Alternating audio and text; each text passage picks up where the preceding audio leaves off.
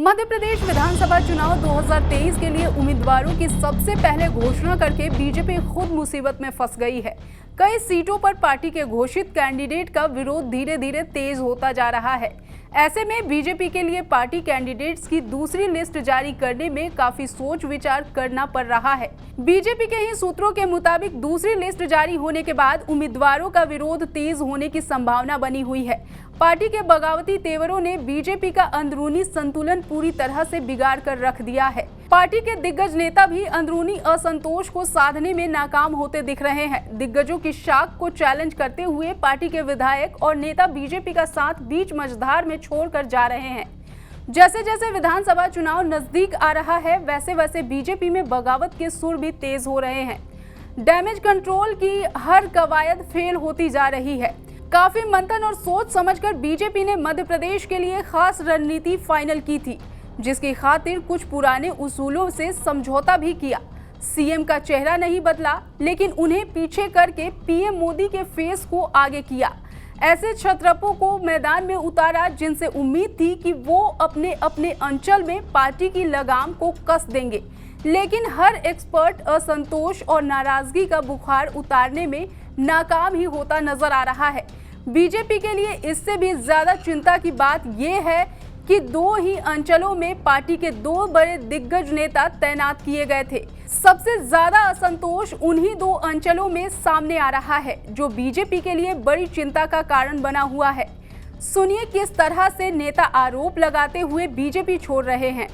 आज तक सिंधिया जी के साथ तन मन धन से काम किया था, लेकिन अफसोस है कि मैं अपने आप को एक टगा महसूस कर रहा हूं, क्योंकि आज शिवपुरी ज़िले में भाजपा सिंधिया नेस्ट एक लिमिटेड कंपनी बन चुकी है और मेरा मानना है कि आज बीजेपी के कार्यकर्ता को गुलाम समझा जाता है। मध्य प्रदेश में बीजेपी के खिलाफ असंतोष को खत्म करने के लिए केंद्रीय गृह मंत्री अमित शाह लगातार दौरे किए।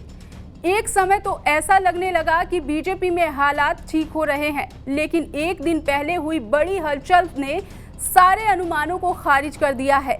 कोलासर से बीजेपी विधायक वीरेंद्र रघुवंशी ने अचानक बीजेपी से नाता तोड़ लिया है और बकायदा एक प्रेस कॉन्फ्रेंस कर इस बात का ऐलान भी कर दिया है। बीजेपी विधायक रहे वीरेंद्र रघुवंशी ने पत्रकारों से मुखातिब होकर सीधा ज्योतिरादित्य सिंधिया और उनकी टीम पर हमला बोला। कहा कि बीजेपी में शामिल हुए नए लोग उन्हें काम नहीं करने दे रहे हैं। इससे भी ज्यादा संगीन आरोप भ्रष्टाचार से जुड़े हुए हैं। रघुवंशी के आरोप के बाद एक बार फिर पार्टी में नाराज बीजेपी और महाराज बीजेपी की चर्चा गर्मा गई है। मैंने सदैव जनसेवा को महत्व दिया है जी। शिवपुरी मेरी कर्मभूमि है, कोलारस का मैं रहने वाला हूँ, जन्मभूमि है। मैं सर्वप्रथम ईश्वर को धन्यवाद देना चाहता हूँ कि दोनों भूमियों पर मुझे सेवा का मौका मिला। पर वर्तमान समय में भारतीय जनता पार्टी से कोलारस से विधायक होकर जनसेवक हूँ।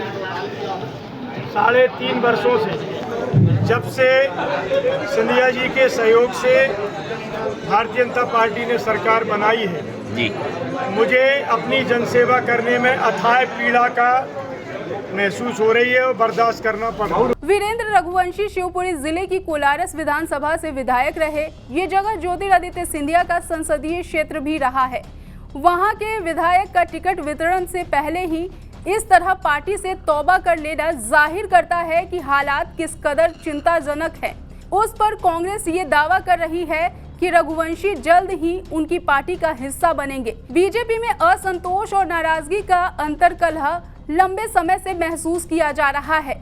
ये पहले तब उफान पर आया जब पार्टी के पुराने नेता दीपक जोशी ने अपने पिता कैलाश जोशी की तस्वीर के साथ कांग्रेस का दामन थाम लिया था। इस बार हालात पहले से ज्यादा बेकाबू होते नजर आ रहे हैं। दीपक जोशी का बीजेपी छोड़कर जाना पूरे प्रदेश के नेताओं के लिए बड़ा मैसेज था, जिसके बाद स्थितियां बदलने के लिए बड़े बड़े नेताओं की टीम बनी थी। खुद अमित शाह ने टीम के मास्टरमाइंड्स को जिम्मेदारियां भी सौंपी थी, लेकिन नतीजा सिफर ही रहा, क्योंकि जोशी के बाद रघुवंशी जिन आरोपों के साथ पार्टी छोड़ गए, वो आरोप कांग्रेस की रणनीति को और ताकतवर बनाएंगे।